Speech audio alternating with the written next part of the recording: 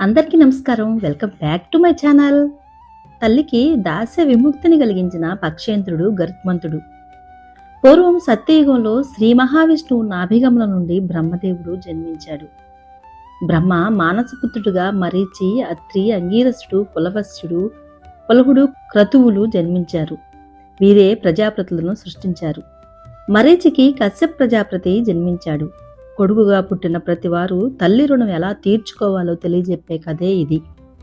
ఈ పవిత్రమైన మాఘ బుధవారం రోజు ఈ కథను శ్రద్ధగా వింటే మీ జీవితంలోని పాపాలు, కష్టాలు తొలగటంతో పాటు సర్ప భయం ఉండదు, దైవానుగ్రహం లభిస్తుంది. ఈ వీడియోని చివరి వరకు వినండి, ఎందుకంటే ఈ కథలోని ప్రతి వాక్యం ఒక దివ్య రహస్యమే. మిస్ కాకుండా ప్రతి నోటిఫికేషన్ పొందాలంటే మన ఛానల్ని సబ్స్క్రైబ్ చేసి బెల్ ఐకాన్ని యాక్టివేట్ చేయండి. విన్నంత మాత్రమే సకల శుభాలు కలిగించే బ్రహ్మ పురాణంలో ఉన్న ఈ కథలోనికి వెళదాం. బ్రహ్మ కుడిచేతి బొటనవేలు నుండి దక్ష ప్రజాపతి జన్మించాడు.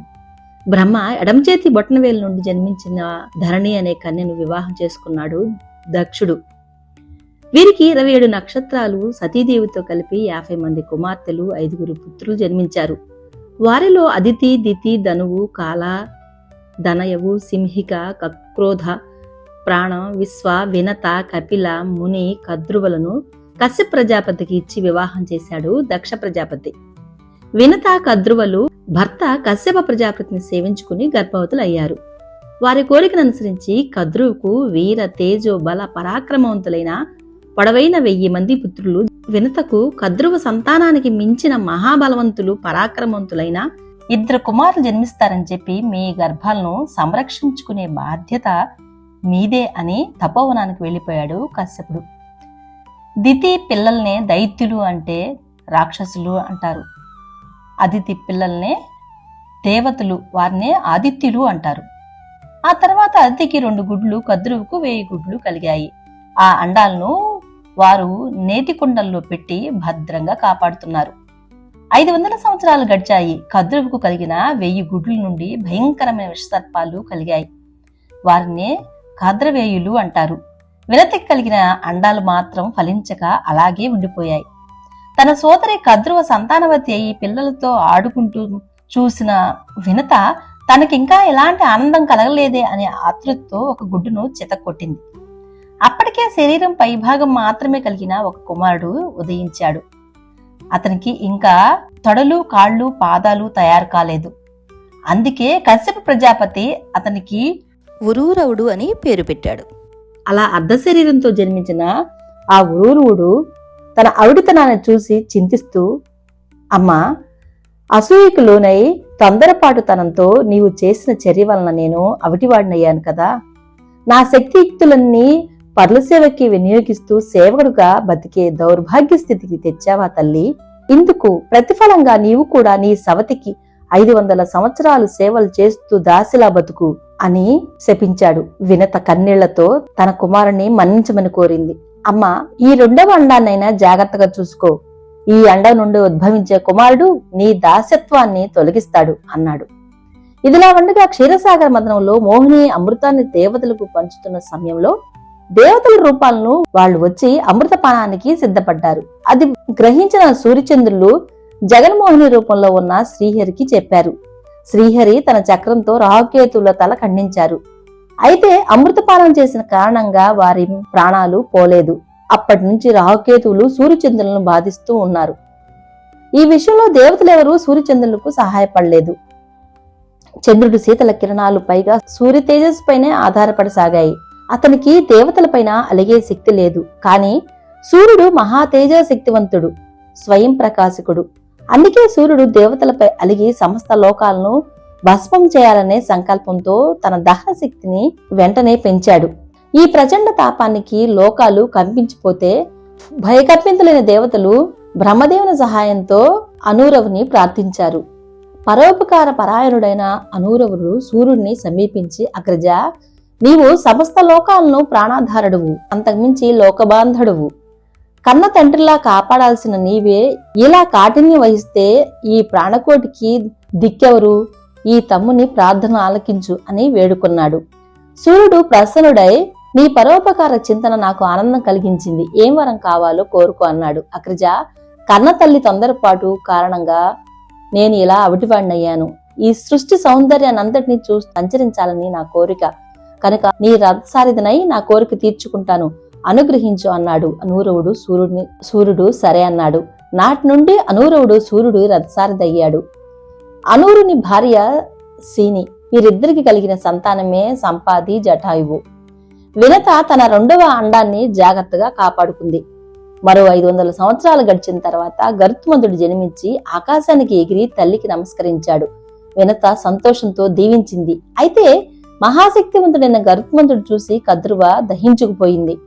సమయం కోసం ఎదురు చూస్తుంది. ఒకరోజు వినత కద్రువులు సాగర్ తీరానికి వచ్చి దూరంగా తిరుగుతున్న ఉచ్చస్వాము అనే కుర్రాన్ని చూసి పూర్తిగా తెల్లగా ఉన్నదని వినత, తోకవత్త నల్లగా ఉన్నదని కద్రువ వాదులాడుకుంటున్నారు. ఈ విషయంలో ఇద్దరు మధ్యన పంతం పెరిగి ఓడిన వారు గెలిచిన వారికి దాస్యం చేయాలని పందె నిర్ణయించుకున్నారు. ఆ రోజు చీకటి పడిన కారణంగా మరునాడు వచ్చి ఆ గుర్రాన్ని పరీక్షించొద్దాం అనుకుని ఇద్దరు ఇంటికి వెళ్లిపోయారు. కద్రువ తన సంతానమైన పాములను పిలిపించుకుని తన పందెం గురించి చెప్పి, మీలో ఎవరైనా ఆ గుర్రం తోకను పట్టుకుని నల్లగా కనిపించండి అని ఆజ్ఞాపించింది. సర్పాలు ససేమిరా కాదన్నారు, ఆ కార్యం చేయనన్నారు. కద్రువుకు కోపం వచ్చి, మీరంతా జనమేజయుడు చేసే యజ్ఞంలో పడి భస్మం అవుతారని చెప్పించింది. తల్లి కోపానికి భయపడిన కర్కోటకుడు అనే సర్పం గుర్రం తోకం చుట్టుకుని నల్లగా కనిపిస్తన్నాడు. బంధాన్ని కట్టుబడిన వినత కద్రువు దాసి అయి జీవితాన్ని కొనసాగిస్తుంది. తల్లితో పాటు గరుత్మంతుడు కూడా ఆ సర్పాలకు సేవలు చేస్తున్నాడు. ఒకరోజు గరుత్మంతుడు సోదరులైన పాములందరినీ తన వీపుపైన ఎక్కించుకుని అలా పైకి ఎగిరాడు. సర్పాలు సంతోషం చూసి అలా సూర్యమండలం వరకు వెళ్లాడు. అలా సూర్యతాపానికి సర్పాలు స్పృహ తప్పి కింద పడిపోయాయి. తన బిడ్డలు అచేతనంగా పడి ఉన్నందుకు కద్రువ నానా విధాల గరుత్మంతుడిని నిందించింది. వెంటనే తన తల్లి వద్దకు వెళ్లి చెప్పాడు. ఆమె ఇంద్రుడిని ప్రార్థించింది. వెంటనే వర్షాన్ని కురిపించాడు. సర్పాలు స్పృహలోనికి వచ్చాయి. కద్రువ సంతోషించింది. గరుత్మంతుడు అప్పుడు తల్లితో, అమ్మా, మనం ఎందుకు దాస్యం చేయాలి అన్నాడు.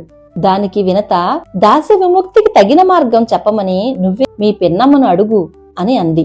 ఆయన అలాగే అని వెళ్ళాడు. దానికి కద్రువ అమృతం తెస్తే విముక్తులను చేస్తాను అని అంటుంది. తిరిగి తల్లి వద్దకు వచ్చి, అమ్మా, నేను అమృతాన్ని తేవడానికి వెళ్తున్నాను, నాకు ఆహారం కావాలి, ఎక్కడ తేవాలి అని అంటాడు. కుమారా, సాగర మదనంలో నిషాదులు ఉన్నారు, కానీ వారిలో బ్రాహ్మణులు ఉన్నారు. ఎవరైనా ఉంటే వదిలిపెట్టి, ఎందుకంటే వాళ్ళ కోపం విషం అగ్ని కంటే భయంకరమైనదని చెప్పింది. గరుత్మంతుడు అమృతం కోసం వెళ్లి సముద్రం మధ్యలోని నిషాదులలో బ్రాహ్మణ దంపతులను తప్ప అందరినీ భుజించాడు. అయినా ఆకలి తీరలేదు. వెంటనే ఎగురుతూ వెళ్లి తన తండ్రి అయిన కశ్యపుడిని కలిశాడు. నమస్కరించాడు. ఆకలి తీరే మార్గం చెప్పమన్నాడు. వెంటనే గజగచ్చపాలుగా జీవిస్తున్న విభనాభుడు సుప్రతీకలను భుజించమని అంటాడు తండ్రి. గరుత్మంతుడు ఒక కాలితో ఏనుగును, రెండో కాలితో తాబేలును పట్టుకుని తినేందుకు తగిన ఒక వృక్ష శాఖపై వాలాడు. ఆ శాఖ వీరి బరువుకి విరిగి కింద పడుతుంటే ఆ వృక్ష శాఖ కింద తపస్సు చేస్తూ వలకలవ మహర్షి చూసి శాఖను నోటితో పట్టుకుని తన తండ్రి వద్దకు తీసుకువెళ్లాడు. కొడుకు స్థితిని చూసి తండ్రి ఆ మహర్షులను జాగ్రత్తగా దింపి వేరే చోటికి పంపించాడు. తర్వాత ఆ కొమ్మను హిమాలయాల్లో పెట్టి ఆ గజగచ్చపులను భుజించి అమృతం కోసం స్వర్గం చేరుకున్నాడు. అమృతాపరణ కోసం వచ్చాడని తెలిసిన ఇంద్రుడు యుద్ధం చేశాడు. కానీ గరుత్మంతుడు అమృతాన్ని సమీపించక ఒక చక్రం అడ్డుకుంది. అప్పుడు గరుత్మంతుడు సూక్ష్మ రూపంలోకి మారి దానిలోనికి వెళ్ళాడు. అక్కడ 2 భయంకర సర్పాలున్నాయి. వాటిని తన రెక్కల వేగంతో కిందికి పడేశాడు. ఆ అమృతాన్ని తీసుకుని వస్తూ ఉన్నాడు. తనకి అమృతం దొరికినా తాగలేదు. తన తల్లి దాసి విముక్తి కోసం వస్తున్నాడు. గరుత్మంతుడి కార్యదీక్షకు ప్రత్యక్షమై శ్రీ మహావిష్ణువు, ఏ వరం కావాలో కోరుకో గరుత్మంత అన్నారు. అప్పుడు స్వామి, నన్ను మీ వాహనంగా చేసుకోండి, అమృతం తాగకపోయినా అమృతాన్ని ఇవ్వండి, తథాస్తు అన్నాడు శ్రీమన్నారాయణుడు. గరుత్మంతుడు మహావేగంతో తిరిగి వస్తుండగా అతన్ని అడ్డగిస్తూ ఇంద్రుడు వజ్రాయుధాన్ని పంపాడు. ఇది చూసి గరుత్మంతుడు, దేవేంద్ర, ఇది వజ్రాయుధం దదీచ మహర్షి వెన్నుముకతో తయారైంది కనుక ఈ ఆయుధాన్ని అవమానించలేను, కనుక ఒక ఈకను దీనికి బలి ఇస్తున్నాను. ఇంద్రుడు సంతోషించి, నీ బలం చూడాలని ఉంది గరుత్మంత అని అన్నాడు. దేవేంద్ర, అంతరిక్షంలో కదలాడే చతుర్దశ భువనాలు మీటగలిగే శక్తి నాకుంది అన్నాడు గౌతమంతుడు. ఖగేంద్ర, మీకు నారాయణుడి వరం వలన ఈ అమృత కలశం అక్కర్లేదు, నాకిచ్చేయి అన్నాడు. దేవేంద్ర, నా తల్లి కోసమే ఈ అమృతం నా పెనతల్లికి చెప్పి ఒక పవిత్రమైన స్థలంలో పెట్టాడు. దాన్ని తీసుకువెళ్లి నా పెనతల్లికి అందించవలసిన బాధ్యత నీదే అని దేవేంద్రుడికి అప్పచెప్పాడు. ఇంద్రుడు గరుడుతో స్నేహం చేస్తూ ఆ అమృతాన్ని సర్పాలకు ఆహారంగా ఇచ్చి వెళ్లిపోయాడు. ఈ విధంగా గరుత్మంతుడు తన తల్లి దాస్య విముక్తి నుంచి తొలగించి తన తల్లికి స్వేచ్ఛనందించాడు. ప్రతి కొడుకు చేయవలసిన విధి నిర్వహణ ఈ కథలో మనం నేర్చుకోవాలి. ఈ వీడియో గానీ మీకు నచ్చితే చిన్న లైక్ ఇచ్చి తెలిసిన వారికి షేర్ చేయండి. మొదటిసారి మన ఛానల్ చూస్తున్నట్లయితే సబ్స్క్రైబ్ చేసుకోండి. ఇలాంటి మరిన్ని వీడియో మీ దాకా రావాలంటే బెల్ ఐకాన్ని క్లిక్ చేయండి. Thanks for watching.